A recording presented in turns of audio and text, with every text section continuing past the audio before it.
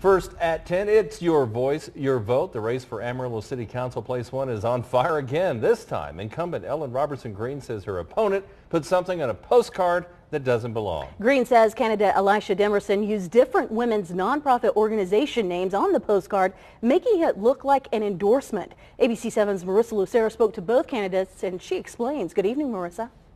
Elisa, Larry, this postcard went out just a few days ago. Now, Green says she started receiving these calls from organizations saying they were concerned with the postcard, and that's when her campaign team reached out to us.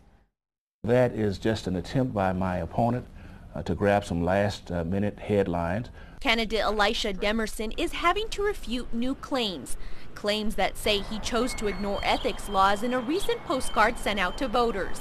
His opponent, Ellen Robertson Green, claims when Demerson had the postcard sent out, the name of the person's affiliation or organization doesn't belong on a candidacy mailer. Oh, because these mailers have people's names and then the name of the nonprofit group, it insinuates that that nonprofit group sent that to you. Green says by placing the organization's name on the mailer, it appears that organization is endorsing that specific candidate, which in the case of this postcard, the League of Women Voters legally cannot do so. It's a huge concern for these nonprofits. These nonprofits made sure that they called me and told me that they didn't give the mailing list and that they were in no way endorsing any political candidate. Demerson says there's no sign of an endorsement and says his team has worked hard to compile their mailing list. Simply because those names appear.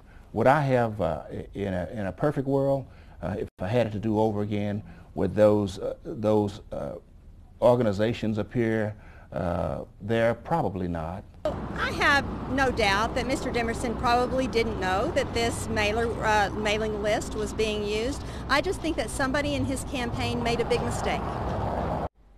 Now, keep in mind, an organization like the League of Women Voters by law cannot endorse any political campaigning or on behalf or against any candidate. If so, that organization could be in jeopardy of losing its status. From the County Broadcast Center, Marissa Lucero, ABC 7 News.